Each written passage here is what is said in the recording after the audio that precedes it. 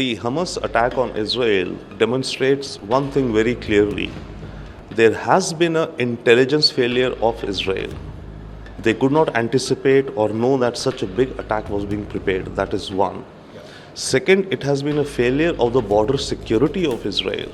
Because on Gaza, they have the fencing, they have the soldiers, they have their drones, robotic, everything technologies. They could not prevent the Hamas fighters from entering into Israel. The third failure, response. They broke the fence and they've entered up to 20, 30, 40 kilometers of Israel. So there have been three levels of failure of Israel. Hamas ने एक तरह से जो हमला है 5000 rocket एक साथ fire करने, ये इजराइल के लिए बहुत सरप्राइज वाला फैक्टर आ गया और ये वाकई में कहना कि बहुत बड़ा इंटेलिजेंस फेलियर रहा है। और जिस प्रकार से कैजुअलिटीज हो रही हैं, ये भी इजराइल बहुत सालों बाद इस तरह की कोई कार्रवाई इजराइल के साथ हुई है, क्योंकि इजराइल का जो इंटेलिजेंस सिस्टम है वो बहुत स्ट्रांग है।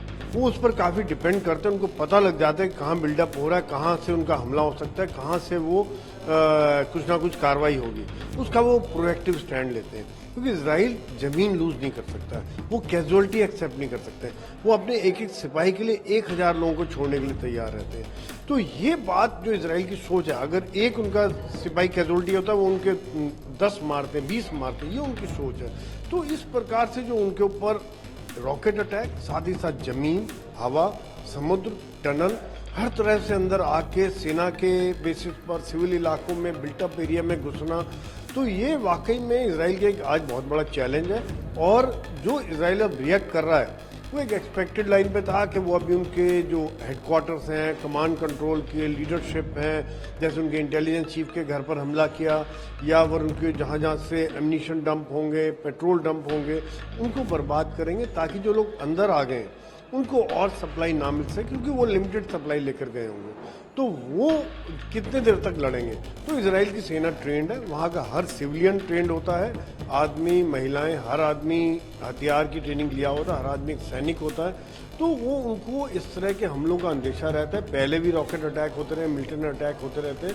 तो ये बहुत जल्दी इजराइल रिकवर कर गया और आगे जो इनका जो हमला होगा, जो इनका काउंटर अटैक होगा, बदला लिया जाएगा, वो वाकई में बहुत खतरनाक होने वाला है, क्योंकि इजराइल ने इस तरह की कैजुअलिटी बहुत समय से नहीं देखी है। इजराइल की ताकत अथाह ताकत है और उस ताकत के साथ वो पूरी तरीके से लड़ भी रहा है और पूरी कोशिश होगी उसको कि इस मूवमेंट को दबा दे।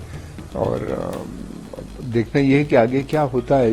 मेरा कहने का मतलब ये है कि ऐसा कई बार हो चुका है, इजरायली फोर्सेस अंदर भी गई हैं, दोबारा भी उनके ऊपर अटैक हुए हैं, मगर कोई नतीजा नहीं निकला।